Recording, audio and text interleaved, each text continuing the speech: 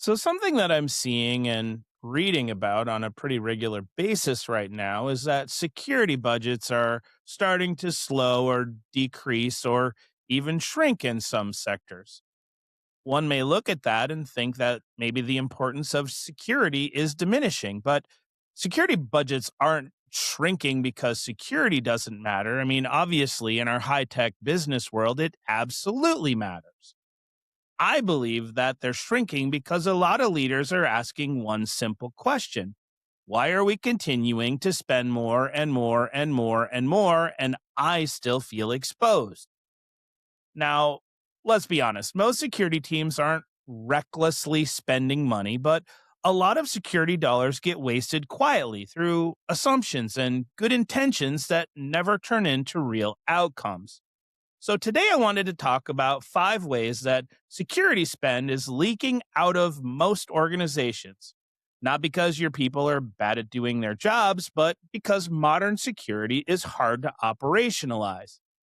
So, this isn't a conversation defending budget cuts, but it is a discussion about making the money that you're currently spending actually reduce risk.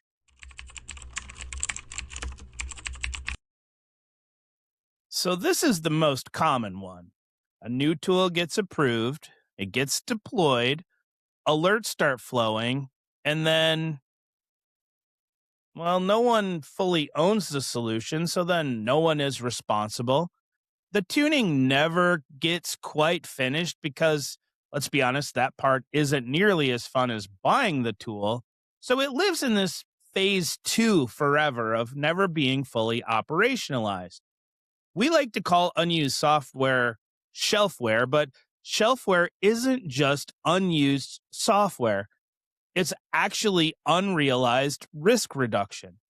You bought the security tool to help reduce risk, but with it being half implemented, you honestly might as well have never bought the tool in the first place. If a tool isn't changing how decisions are made or how incidents are handled, it's not a security control, it's an expense. Security maturity is not going to be measured by what you've bought.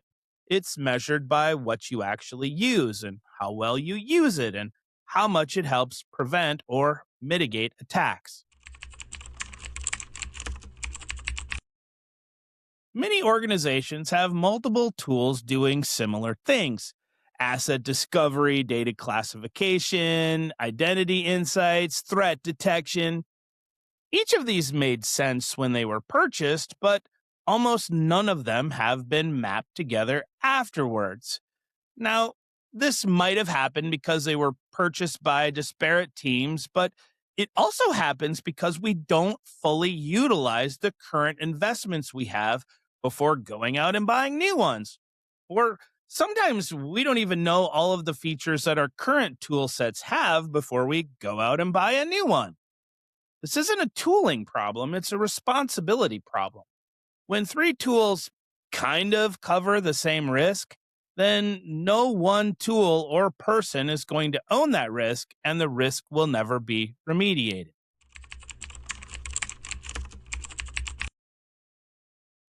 Security teams love prevention because that feels clean, it feels predictable, it's controlled. Response, on the other hand, feels messy. It's somewhat at the whim of the attacker. It requires a lot of people to get involved, and it's very process heavy. On top of it, it can be hard to quantifiably measure.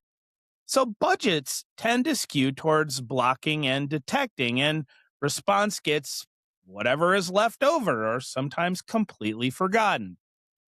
But incident responses don't fail because alerts didn't fire. They fail because no one knew who owned the response. No one knew what the next steps should be or how fast decisions needed to be made. Preparedness is cheaper than panic, and response speed and efficacy is often the highest ROI investment you can make in your organization. Many security programs track things like number of licenses deployed or coverage percentages or alert volumes. Far fewer of them track things like mean time to contain or the amount of sensitive data exposure that's been reduced, or the amount of privileged access accounts that have been eliminated. So, if your success can't be measured, then your spend can't be justified. The most expensive security tools aren't the ones with the highest price tags. They're actually the ones that can't clearly explain how they reduce risk. Outcomes justify budgets. Prevention justifies budgets. Response and recovery justifies budgets. Tools, for the sake of tools, don't.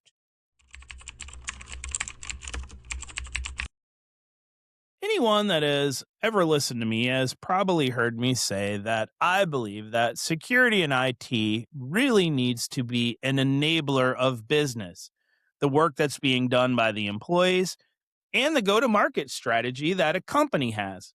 Sadly, this doesn't happen very often, so this one hides in plain sight.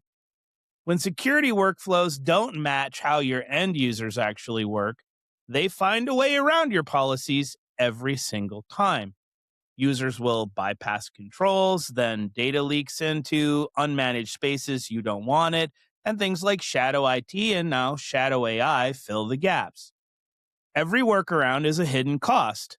Every workaround creates future spend on things like incidents and audits and cleanup and emergency fixes.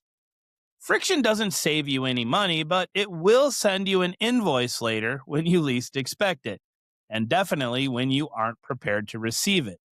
Security that works with the business costs less over time than security that fights it. So here's my closing thoughts. Wasted security spend isn't about bad decisions per se, it's just about decisions that never fully landed. Most organizations don't necessarily need more tools, they need more clarity on the ones they own. They need things like clear ownership and clear outcomes and clear visibility into what actually reduces risk in their environment. The goal here shouldn't be to just spend less money on security, but rather to make every dollar count, especially when budgets are under scrutiny, because the best security programs don't look expensive, they look effective.